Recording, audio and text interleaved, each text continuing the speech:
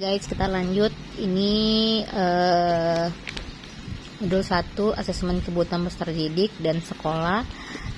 Kemarin sudah kita bahas tentang KB1, sekarang kita bahas tentang KB2, teknik asesmen kebutuhan peserta didik. Jadi di sini akan kita bahas itu pertama tentang konsep dasar asesmennya, teknik asesmen tes itu apa aja, dan teknik asesmen non tes itu apa aja. Oke. Baik, konsep dasar asesmen. Jadi kita perlu tahu dulu apa itu asesmen. Jadi marilah kita bedakan pengertian masing-masing istilah pengukuran, evaluasi, tes, dan asesmen. Jadi pengukuran itu menurut Stevens didefinisikan sebagai proses pemberian penempatan asesmen angka untuk suatu objek atau peristiwa tertentu. Itu menurutnya pengukuran. Sedangkan evaluasi evaluasi merupakan suatu penyelidikan, investigasi, karakteristik dan manfaat suatu program. Tujuan dari evaluasi ini ada jawabannya nanti soalnya di tes formatifnya.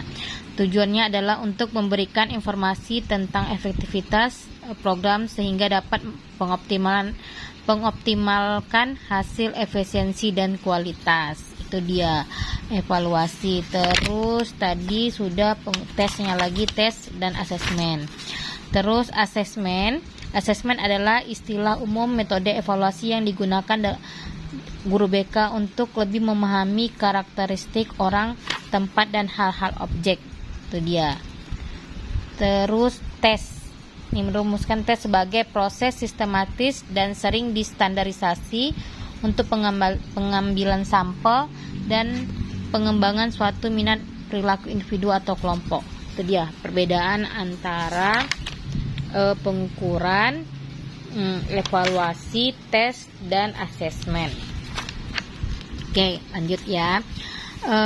Terus berdasarkan pengertian di atas, maka simpulan pengertian asesmen bila dikaitkan dengan bimbingan dan konseling, dia metode sistematis yang dilakukan oleh guru BK untuk memahami karakteristik lingkungan dan segala sesuatu yang berhubungan dengan konseling melalui berbagai teknik seperti tes dan non-tes. Di non-tes itu seperti observasi, skala penilaian, wawancara, catatan, dan teknik non-tes lain yang sehingga guru BK memperoleh informasi secara mendalam konseling yang dilayani. Oke, tujuan utama asesmen baik tes maupun non-tes adalah untuk menilai tingkah laku, kecakapan mental dan karakteristik kepribadian seseorang dalam rangka membantu mereka dalam membuat keputusan, peramalan dan keputusan tentang seseorang. Sedangkan bagi konseli, hasil asesmen dapat digunakan untuk memahami diri sendiri dengan lebih baik dan merencanakan masa depan mereka sendiri. Terus asesmen juga membantu konseli memperjelas tujuan hidup, memperoleh kejelasan sudut pandang dan memperoleh dukungan yang ilmiah terpercaya bagi deskripsi diri. Asesmen juga bertujuan untuk mendukung penelitian tentang perubahan tingkah laku dan mengevaluasi efektivitas suatu program atau teknik yang baru. Oke. Di kedudukan asesmen dalam BK ini dia. Asesmen dijadikan sebagai dasar dalam perancangan program BK yang sesuai kebutuhan. Kegiatan asesmen dalam layanan BK ini dia meliputi asesmen lingkungan. Asesmen lingkungan itu yang terkait dengan kegiatan mengidentifikasi harapan sekolah. Contohnya tuh sarana dan prasarana pendukung program BK, kondisi dan kualifikasi guru BK, dan kebijakan pemimpin sekolah. Terus yang kedua, asesmen kebutuhan dan masalah peserta didik yang menyangkut karakteristik peserta didik. Ini asesmen kebutuhannya nih. Oke, terus yang kedua tadi perbedaan teknik tes dan teknik non-tes. Jadi pengertian tes adalah suatu alat atau metode pengumpulan data yang sudah distandarisasi untuk mengukur atau mengevaluasi salah satu aspek ability atau kemampuan atau kecakapan dengan jalan mengukur sampel dari salah satu aspek tertentu. Oke. Jadi yang termasuk teknik tes ini, biasanya teknik tes ini kita membutuhkan bantuan dari para psikologi ya yang menangani tes Tes ini tidak mengukur secara langsung, hanya pada sifat karakteristik. Oke, teknik yang termasuk teknik tes ini ada tes inteligensi. Ya, Mas, termasuk dia tes inteligensi. Nih, tes inteligensi. Tes inteligensi itu terbagi lagi, ada tes SP. Tes standar progressive metric. Terus di dalam tes standar progressive metric itu dipergunakan untuk anak umur 12 sampai 60 tahun, sedangkan umur 5 sampai 11 tahun itu menggunakan CPM atau the Colored Progressive Matrix. Terus tes CVIT, the Cultural Intelligence Test.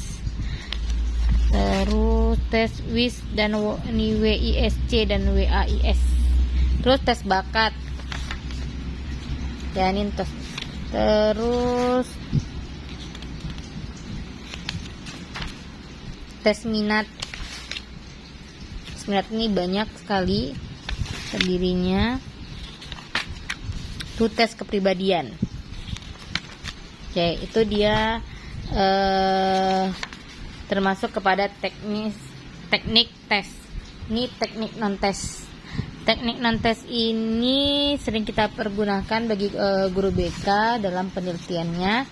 Itu tekniknya observasi, terus wawancara, terus nih daftar cek masalah, wawancara, terus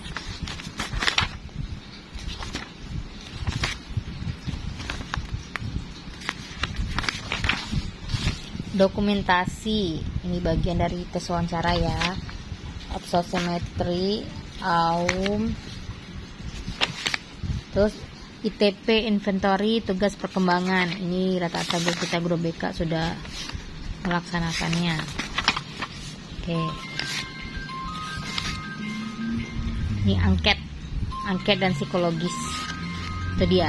Jadi tadi saya garis bawahin teknik tes dan non tes itu. Teknik tes itu terdiri dari tes inteligensi, tes bakat, terus tes minat, tes kepribadian. Sedangkan teknik non tes itu terdiri dari observasi, DCM, daftar cek masalah, wawancara, dokumentasi sosiometri, AUM, ITP, angket, dan tes psikologis. Seperti itu.